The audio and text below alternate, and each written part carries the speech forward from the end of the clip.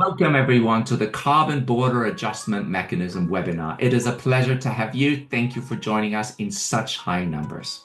Today's topic is the Carbon Border Adjustment Mechanism, CBAM. You should know that this is an educational webinar, similar to the live trainings that we run. That means it provides a lot of information in a very condensed way, with a lot of context, a lot of text on slides, and all of it in 1 hour. So expect it to be too much for digesting in 1 hour, but we'll do our best. We invite your questions, however, we ask that you write them in the chat. We will issue a response document with the answers, and we publish those with our CBAM support bundle. To learn more about CBAM, consider joining our deep dive lane trainings that we offer just like that on Zoom bi-monthly on CBAM. That comes with a certificate of completion, and they're run by the best CBAM expert in the world, me. Just joking. Anyway, if you want to find out more, the link is in the description here. What are the objectives of this educational webinar then? Well, we want to receive a quick overview of the basic CBAM principles. We want to explore the differences between the transitional and the definite CBAM phases.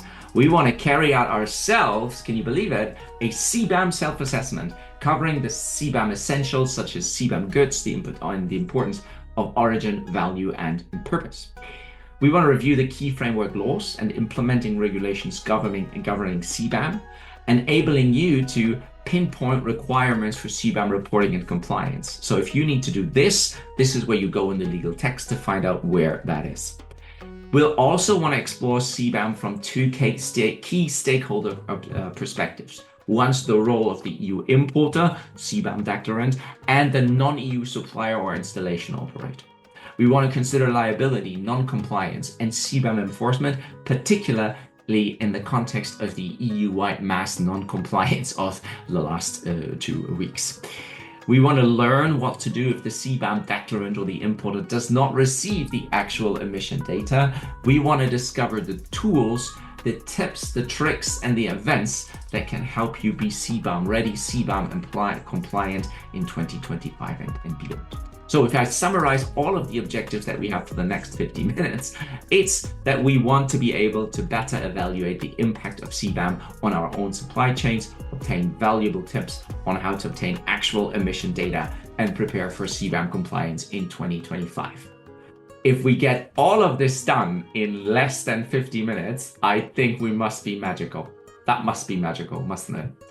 The learning objectives, the learning topics here are the same as I've just presented, so I'm not going to repeat these again, but we want to do an overview of the CBAM principles, the differences. We want to look at self-assessment. We want to look at the key laws. We want to explore CBAM from these two perspectives, as I mentioned, and focus on liability, the non-compliance, and CBAM enforcement, as well as handling actual emission data gaps and get some tools and tips and events.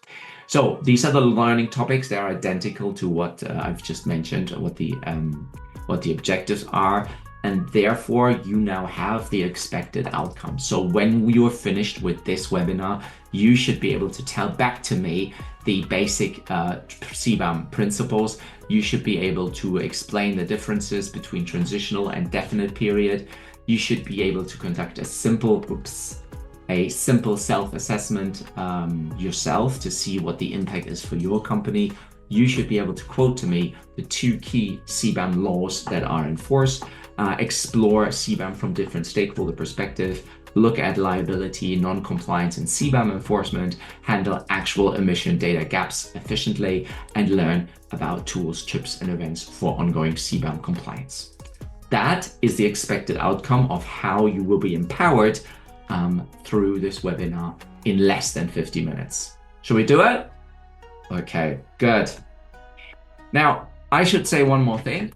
The slides of this recording, the ones you're seeing right now, plus the recording, me speaking to these slides, is going to be available on the support bundle. It comes with a lot of support tools. In fact, all the support tools that are in this package could not fit in one slide.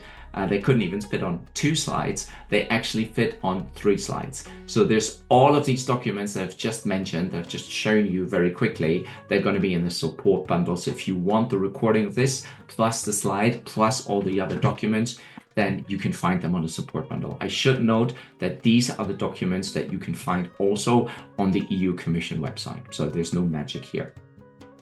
The structure of the webinar looks like this. We've got 3 parts: the first part, the second part, and the third part. And these 3 parts repeat the learning objectives. So introduction, basics, our own self-assessment, and review of the law is part 1. Then we're going to look at CBAM from the TÜV's perspective of EU importer or non-EU supplier. So if you're in New York, for example, you would be a non-EU supplier or vendor or installation operator. If you are in, say, Belgium or France or Germany, then you could be an EU importer or their indirect representative. So 2 different perspectives. We're going to look at part 2. And then part 3, how to mitigate CBAM non-compliance, because that was a big worry as we approached the end of the default values.